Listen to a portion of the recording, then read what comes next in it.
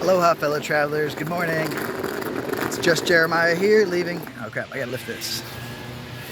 Leaving my buddy Joel's place that he's letting me crash on the floor for this week.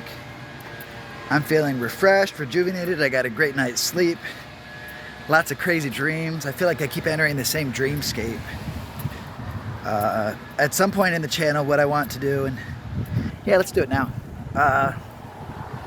Have you had any crazy dreams lately?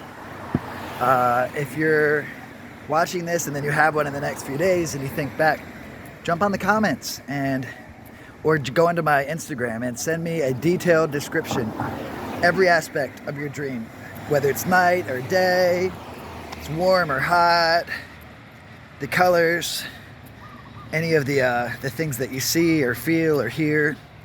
Send me a detailed dream description because I'm pretty good at doing research into dream interpretations. And I will literally take your dream, if it's one that I choose and have the energy to do, I'll take your dream and I will go through using my screen recorder on my phone, and I will show how I do the research and piece together my interpretation from real dream symbolism, which stems from normal symbolism, actually stems from dream symbolism, which is pretty uniform throughout the world.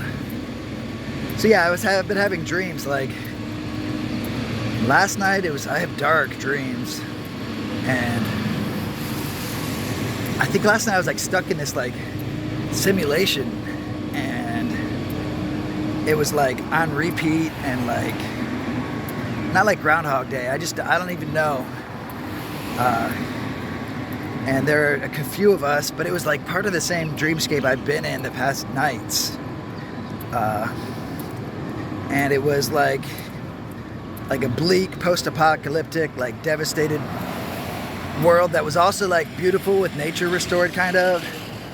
And I remember that for some reason, some other person and I, if not multiple people, we were trying to bury this body and hide it from others who were like all over. And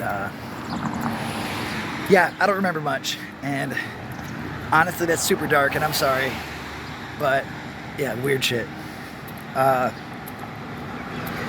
But I've always enjoyed my nightmares, or at least the freaky, crazy, dark stuff that pops up into my dreams, because honestly they've got the best plot lines. There's such an intricate plot where it's like literally like days or weeks or months worth of like memories of a timeline. One second. Had a bug on me. Trying to check whether I should kill it or not. But yeah, all this compressed time where it's like I feel like I'm living more time in my dreams lately than I am in my waking life. And part of that is, hello, the fact that I'm completely sober right now, so I haven't been drinking for weeks and haven't literally smoked any weed at all or any THC products in 2 weeks. So what happens is, because THC is a sedative, when you go to sleep, you will sleep better, but you won't rest as well. And since you don't rest as well, you don't reach nearly the same amount of REM that you normally would and normally should. So your brain will actually keep a tally of how much REM it would normally need or use or have. And then whenever you reach sobriety and stop smoking, and the THC is slowly weaned out of your system, all of a sudden your brain makes up for all the lost REM. Well, I won't lie, I was smoking every day, every single day for years. Generally I would smoke an ounce a week, on top of like at least an eighth of wax, at least the past couple years since 2018. So my tolerance was so high, and I really feel like, yeah, being sober now has caused me to become very clear-headed. Today I'm managing like multiple, sorry, I'm getting old. This is getting old, I gotta pull it. I'm able to manage multiple complex trains of thought simultaneously without losing information. I've got like lists in my head of things I'm going to do, things I want to do. I'm feeling like very inspired and driven, very motivated, and invigorated. And yeah, my dreams have been crazy. Yeah, I'll delve more into my dreams then. But honestly, yeah, send me a detailed message. Either, I'd love it in the comments, but if you want to be more personal and like not have people see who you are, just again, send me a message in my Instagram, which is just Jeremiah's Journey, but with periods in the middle of the 3 words rather than spaces, 2 periods. Yeah, today I called my high school. Before I've called my high school because, crap, my arm hurts. 1 second. Before I've called my high school because I want a transcript of the IQ test that I was administered back in 2nd grade.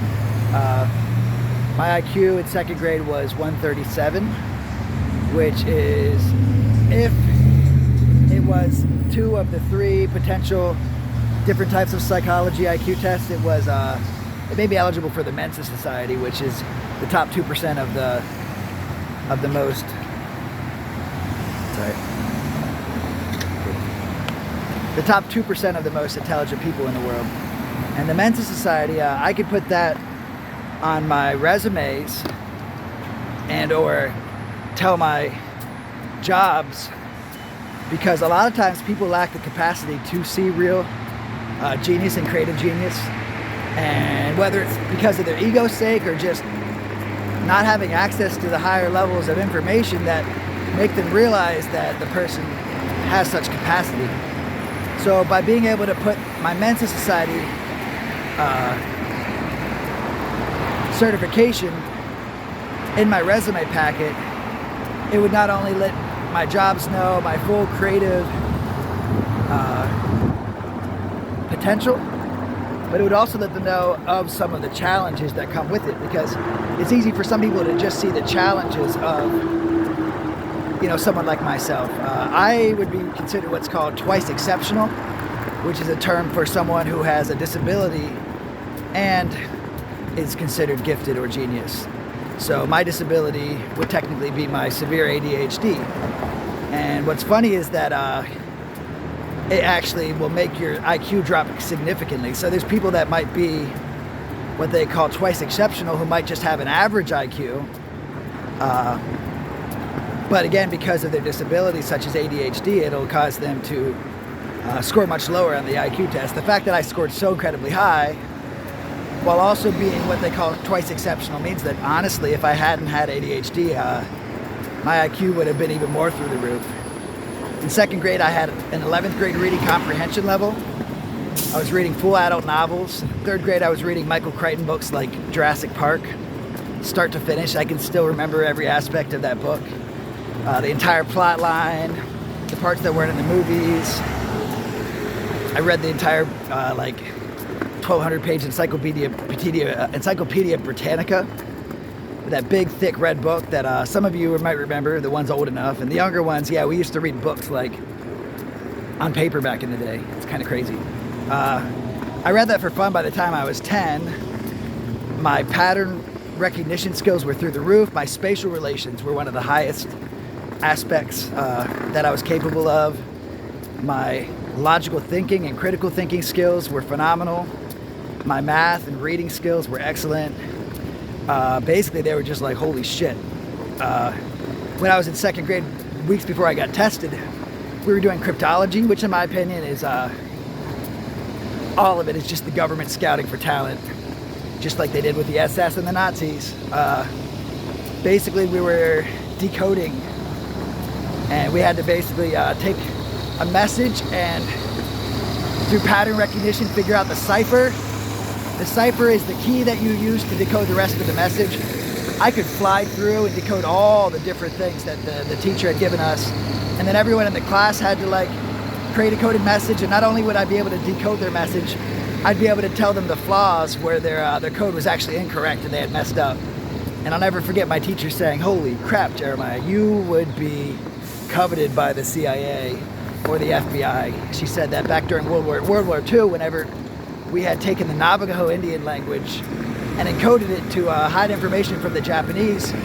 She said the Japanese were trying the same type of thing against us with some of their indigenous languages, and that basically someone like me would have been like just killing it. And 2 weeks later, the psychologist shows up to the school, and then the next year I ended up in the gifted program, yada, yada, yada. But yeah, now I'm just really struggling with, I struggle with my bosses really not liking the different aspects, both positive and negative, of me being gifted in the workforce. Some of those aspects are just a basic carelessness. It's not that I don't care. It's just that my hyper focus is directed in some ways that far exceed everyone else's in their capacity to see it, but leaving large gaps and blinders in areas that are very obvious to everyone else. So I would love the opportunity to go into job interviews explaining this and letting them know that with the proper research, they could fully utilize me in the workforce. And I realize this will just scare most people away from hiring me, but at the same time, the places that I would get into where they chose to research how to best utilize someone who's gifted, that they would, I would be able to actually reach my full potential somewhere and feel truly utilized and appreciated. This is very, very crucial to me. Just like at school, whenever I felt understimulated, I've always referred to myself like I'm just like a border collie. So basically, border collies, they're loyal, they're loving, they're fucking hard workers.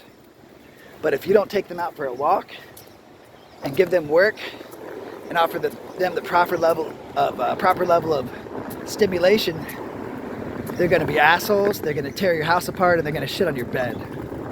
And they're also the smartest dog breed. So a lot of times when I go to date a girl, whenever I can find someone to try to date me until they decide that, yeah, there's too much intensity, is usually the case. Yeah, I always tell them I'm like a border collie. You know, the last thing I want to do is say, oh, I'm so smart, blah, blah, blah, because until I have that Mensa Society transcript, or even just my IQ test transcript, they're just words, and words are wind. Man, this is tough holding this. So I called my high school today. I've called before for this, but they're just like, I'm sorry, sir, we don't think we have that information. But this time I said, hey, I am Jeremiah Spellis, and I'm a former student of Cumberland Valley High School, and I'm calling to enact the Freedom of Information Act, which guarantees that you have to give me my student transcript, which has all of that information, so I can figure out which IQ test. Again, it's at least a 2/3 chance that, because 2 out of the 3 IQ tests make me eligible by 1 point. 136 is the 136 and up is eligible for Mensa Society. So yeah, that's kind of a big step, because if I get that, that will, yeah, potentially help me a lot in the workforce and my pursuit of the right job. I'm also looking into the potential of getting into restaurant business consultancy.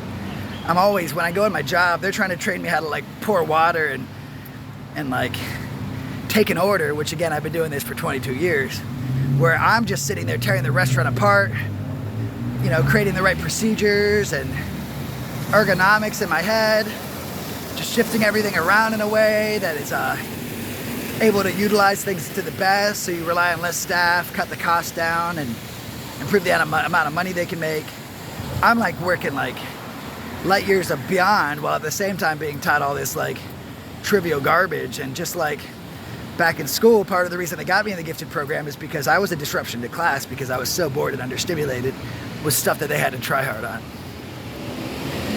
So I'm looking into potentially grabbing up a degree with the Culinary Institute of Art.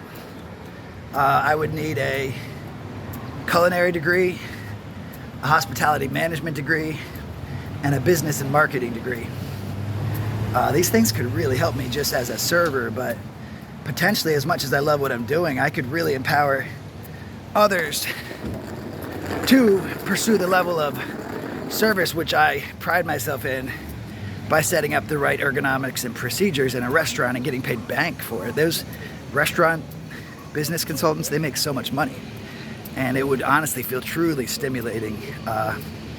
So yeah, now that I'm sober and I don't have to worry about paying for weed, and I'm like totally clear-headed and looking towards my future, as much as I do plan to continue my path of YouTube, the travel, urban anthropology, counterculture, my painting, my photography, my underwater photography, the business involving freelance underwater photography and media. I love a big heaping plate, be it for food or for what I have going on in my life. That's how I thrive. So I really am thinking about seeking out a degree in those aspects so that I can pursue a career that is both lucrative and stimulating.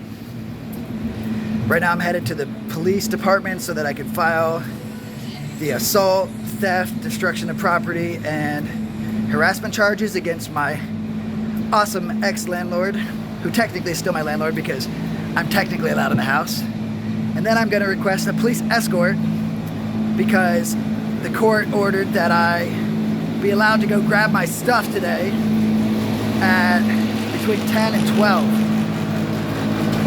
So I need to go walk the rest of the way, which isn't far, to the police headquarters in Honolulu. Fuck, I think I forgot my mask. Damn it, Walmart's gonna have one. And then I need to get a bus, go grab my stuff.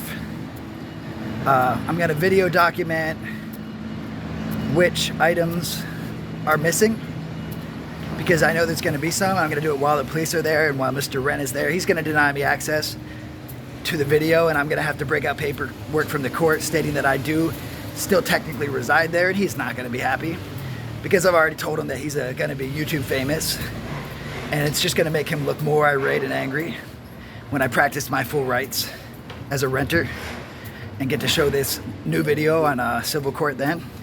When I give it to the lawyer that's very expensive that I'm going to, that Mr. Wren is gonna be required to pay. So this is gonna be very fulfilling. Once I get my stuff back, I don't know what he did to it. So I'm gonna go wash it really well. And then I'm going to take a bus back here to Joel's to place my stuff in his duffel bag in his house. And then I get to go, I have an interview for another bartender position. Even though I've got 3 really good jobs, I've got an interview for a bartending position at 1 p.m. It's a virtual interview. And then I work at 5 p.m. and I'm gonna study up on the menu so that way I can further show them that I'd be best utilized as a server, not a busser, by being able to articulate all the items that the chef went over that I will be doing the research on, and continuing the packet of essays describing all of the different fish and oysters that all the restaurants I'm working at have. So yeah, that's a lot, but that's literally what I have balanced in my head right now, where I say that I'm able to maintain the higher levels of trains of thought simultaneously, complex trains of thought, and I feel really good. And especially after yesterday, a lot of the stress is off the table. Today, if I have the paycheck that was in my possession when Mr. Wren took my possessions, that along with a reissue paycheck and the newest paycheck at my eating house job will be 6 weeks of paychecks, along with the cash I've earned this week and the fact that I'm working 7 days a week making good cash tips as well. I should be in my own apartment. I have 4 more nights where I'm at now. I should be in my own apartment. Hopefully I can find a weekly at least at first, but I should be in my own apartment by the end of next week, if not sooner. And I will search for the red flags, make sure to avoid them with any narcissistic tendencies that are very likely to be prevalent in landlords. I'll find the right spot, take photos of the apartment to make sure they can't screw me out of the security deposit, no matter how nice they seem. Psychopaths always seem nice. And then I will, and sociopaths. And then I will write a complete detailed written lease agreement so as again not to screw myself. And yeah, that's what's going on. I'm sure I have more stuff, but for now that's it. My arm is so tired. I'm gonna let you go. We'll see what today brings. I love you, fam. Bye.